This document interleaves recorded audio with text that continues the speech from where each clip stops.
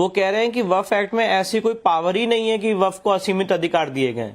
तो अब मैं यहाँ पे सारे लोगों ने बहुत सारी चर्चाएं की, अलग अलग एग्जाम्पल्स दिए, तो मैं समय ना बर्बाद करके उनको बताना चाहता हूं कि भैया जरा सेक्शन 4, 5 और 6 पढ़ लीजिए, सेक्शन 8 पढ़ लीजिए, सेक्शन 40 पढ़ लीजिए, सेक्शन 36 पढ़ लीजिए, सेक्शन 28 पढ़ लीजिए, 52, 53, 54 पढ़ लीजिए, 83, 84, 85 पढ़ लीजिए, 89 पढ़ लीजिए, 101 पढ़ लीजिए, 107 पढ़ लीजिए, 108 पढ़ लीजिए।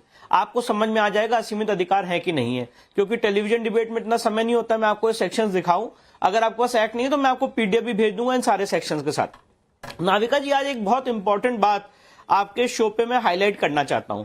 अभी हम लोग ने बहुत सारी संपत्तियों की बात की, 123 संपत्ति की, संसद की। आज एक आपके चैनल पे खुलासा करना चाहता हूं। 9,500 संपत्ति ऐसी हैं जो इस समय केंद्र सरकार के कब्जे में थी। वो सारी संपत्ति राजीव गांधी सरकार ने 1984 में वक्फ एक्ट 1954 में अमेंडमेंट करके वो सारी संपत्ति वक्फ बोर्ड को दे दी थी।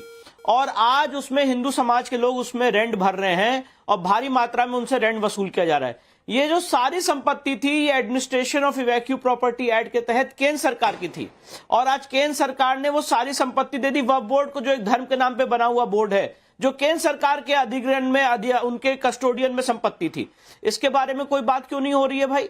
सेक्शन 108 वक्फ एक्ट पढ़ लीजिए। तहसीन भाई, आप कह रहे हैं असीमित अधिकार नहीं है। मैं पूछना चाहता हूं तहसीन भाई से, किस अधिकार के तहत, किस पावर के तहत जो एडमिनिस्ट्रेशन ऑफ इवैक्यू प्रॉपर्टी एक्ट 1950 के तहत संपत्ति आती थी, केंद्र सरकार की संपत्ति थी, वो कैसे सेक्युलरिज्म की धज्जियां उड़ाते हुए आपने वक्फ बोर्ड को दे दी और तब कोई बात नहीं हुई? आप कहते हो असीमित अधिकार नहीं है। नाविका जी, जरा इनको सेक्शन 40 पढ़ाइए जिसमें कहा गया है कि वक्फ हैज रीजन टू बिलीव, वो किसी भी संपत्ति को वक्फ संपत्ति घोषित कर सकता है। नाविका जी, इनको सेक्शन 28 पढ़ाइए। सेक्शन 28 में क्या लिखा हुआ है कि वक्फ बोर्ड का जो आदेश है उसको डीएम और स्टेट प्रशासन उसको कैरी आउट करेगा, उसको इंप्लीमेंट करेगा। मैं पूछना चाहता हूं तहसीन भाई से, ऐसा कौन सा आप तो लॉ नोइंग पर्सन है सर, आप मुझे बताइए ऐसा कौन सा प्रोविजन, ऐसी कौन सी पावर किसी और समाज के लिए है?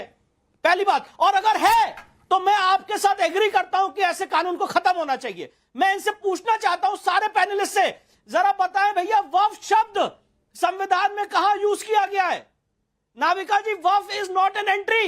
लिस्ट 1, लिस्ट 2, लिस्ट 3, इन तीनों एंट्रीज में वक्फ शब्द ही नहीं है। सिर्फ और सिर्फ कंकरेंट लिस्ट में 28 नंबर की जो एंट्री है उसमें आता है कि चैरिटेबल ऑर्गेनाइजेशन के ऊपर पार्लियामेंट कानून बना सकती है। टेक्निकली अगर बात की जाए तो वक्फ के ऊपर कानून ही नहीं बनाया जा सकता था।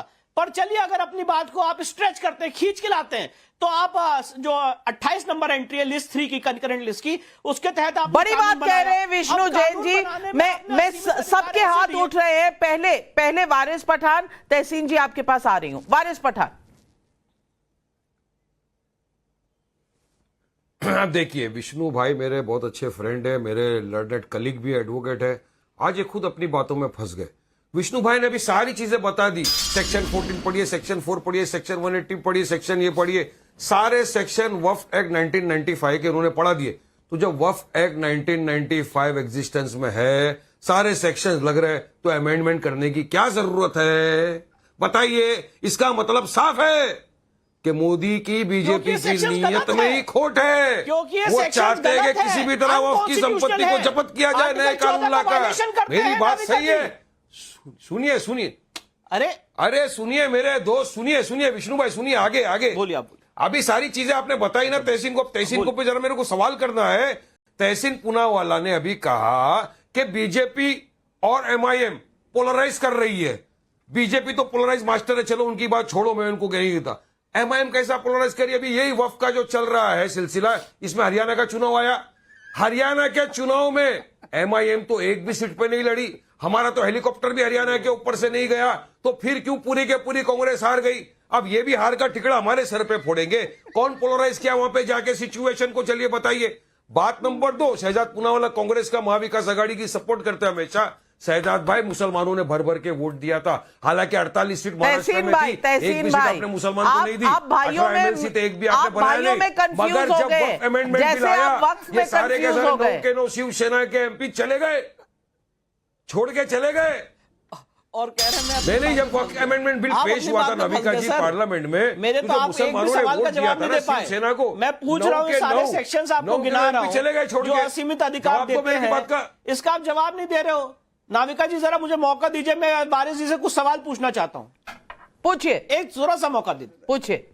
अरे भाई मैं तो सवाल कर रहा हूँ, मैं तो आपको मैं बता रहा हूँ, इनसे आप तो पूछना सारे के चाहता सारे हूँ, सेक्शन जरा ये बता रहे हो। बताइए, तो तो लॉ सब नोइंग एक्ट पर्सन है, ना अगर ये existence बताइए में, कोई किसी amendment आदमी क्या की जरूरत संपत्ति पड़ पे गई? कब्जा कर लेता है, अमेंडमेंट की जो क्या एक जरूरत पड़ भारत गई का आपको? नागरिक है, क्यों आप तो छीनना उसके लिए चाहते क्या हो हमारी कानून है? जमीन? क्यों हमारे नाविका जी, को उसके लिए कानून कानून बनाना है कि आप सिविल कोर्ट मैं तो जाएंगे दोनों और की उस बात का कब्जे को जवाब दे रहा हटाने के लिए सिविल सूट फाइल मैं तो करेंगे। दोनों की बात पर का आपको जवाब पता है दे नाविका जी, आप जान के हैरान हो अभी जाएंगी, भी जा सकते वक्फ हैं। के लिए क्या अभी भी कानून जाके है? फाइल कर सकते अगर हैं वक्फ हाईकोर्ट की में। संपत्ति पे गलती अगर से कोई वक्फ कब्जा हो ट्रिब्यूनल के जाता है फैसले से तो कसम सेक्शन कुछ 54 और हो, 55 में तो आपके वक्फ पास बोर्ड रिवीजन डायरेक्ट पावर है। करेगी You can go revision। और वक्फ आप ट्राइब्यूनल रिवीजन डायरेक्ट फाइल करेगी कि इस करके कब्जे अपना को केस हटाया प्राप्त कर जाए सकते हो। और रिपोर्ट तलब करेगी नहीं, तो मैं प्रशासन बता से। रहा हूं। प्रशासन उनके ऑर्डर्स को कंप्लाई करने के लिए बाउंड है। सुनिए। नाविका जी, ये जान के हैरान हो जाएंगे, आर्टिकल 27 का अरे मर्डर आप बोलने करते हुए दीजिए, भारतीय प्रॉब्लम आपका संविधान ये बोलने के दीजिए। वक्फ की सुनिए, सुनिए, प्रॉपर्टी का जो सर्वे होगा, अरे, उसका सर्वे का होता खर्चा है, कौन वहन कभी करेगा? फंस राज्य जाता है। सरकार। अभी आप सुनिए, मैं विष्णु पूछना भाई, चाहता आप हूं फंस कि गए। किसी हिंदू मंदिर की विष्णु भाई, आपने संपत्ति का सारे सर्वे सेक्शन होता है गिना क्या? दिए। किसी आप भी जाके वक्फ मुफ्ती के को जितने बोलिए, लोग हैं जब सारे उनको सेक्शन पब्लिक चल सर्वेंट रहे का हैं, दर्जा दिया कानूनी गया। व्यवस्था नाविका जी, बराबर है। सेक्शन नहीं, वारिस पठान ने सबसे अच्छी बात जो कही है, वारिस पठान साहब ने जो सबसे अच्छी बात कही है शहजाद पूनावाला जी, वो तो यही कही है कि जब 1995 का एक्ट है, जब 2013 का एक्ट है, तो क्यों बदल रहे हैं भाई? सवाल यह है कि उन एक्ट में जो इतना सारा पावर दिया गया है, सवाल तो उसी पर है, लेकिन ये कैसे घुमा रहे हैं उस सवाल को शहजाद पूनावाला? इनकी मंशा क्या है? देखिए, मैं केवल आज कहना चाहूंगा, वैसे तो तहसीन पूनावाला डिबेट में बहुत इन्फॉर्म होके आते हैं। वारिस जी, मैंने आपके बीच में नहीं बोला, अतिक्रमण मेरे समय पर मत कीजिए कम से कम। और अकबर और असदुद्दीन ओवैसी में जैसे अंतर करते हैं, तो मेरे में और तहसीन में भी अंतर कर दीजिए। अब 20-30 सेकंड दे दीजिए। वैसे तहसीन पूनावाला डिबेट में पढ़ लिख कर आते हैं, वो one of the well read panelist मैं मानता हूं। पर तहसीन पूनावाला 4 दिन से टाइम्स नाउ चैनल नहीं देख पाया, शायद वो कहीं और गुफा में थे तो नहीं देख पाए। अरे तहसीन भाई, एमआईएम के सारे केस कांग्रेस ने वापस ले लिए कर्नाटका में। आप बड़े मियां बन गए हो और एमआईएम आपकी छोटी मियां बन चुकी है।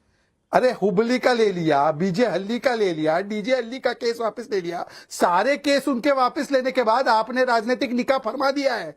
वो वारिस भाई से एक कबूल आया, आपकी तरफ से दूसरा कबूल आया है, और दोनों कबूल करने के बाद बोल रहे मेरी भी टीम है। भाई कैसे? दूसरी बात, ये वारिस भाई को मैं बताना चाहता हूं, 2 कानून आए 90s में। एक कानून आया 1995 वक्फ एक्ट, जिसमें कि वारिस का जहां मन करे वो बोले ये वक्फ है तो वो जमीन उसकी।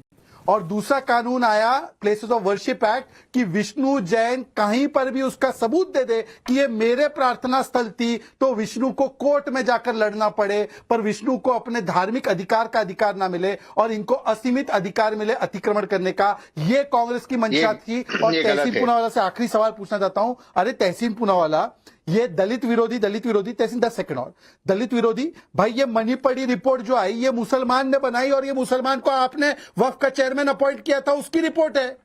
और ये आपके जो खड़गे जी है, उन्होंने दलितों की जमीन हड़पी एरोस्पेस पार्क में। मूडा स्कैम में एसटी एससी ओबीसी की जमीन हड़पी। वाल्मीकि स्कैम में ट्राइबलों का पैसा हड़पा। अब इसमें भी दलित और नॉन दलित। अरे भाई, आपने तो सबकी जमीनें चोरी कर दी तहसीन।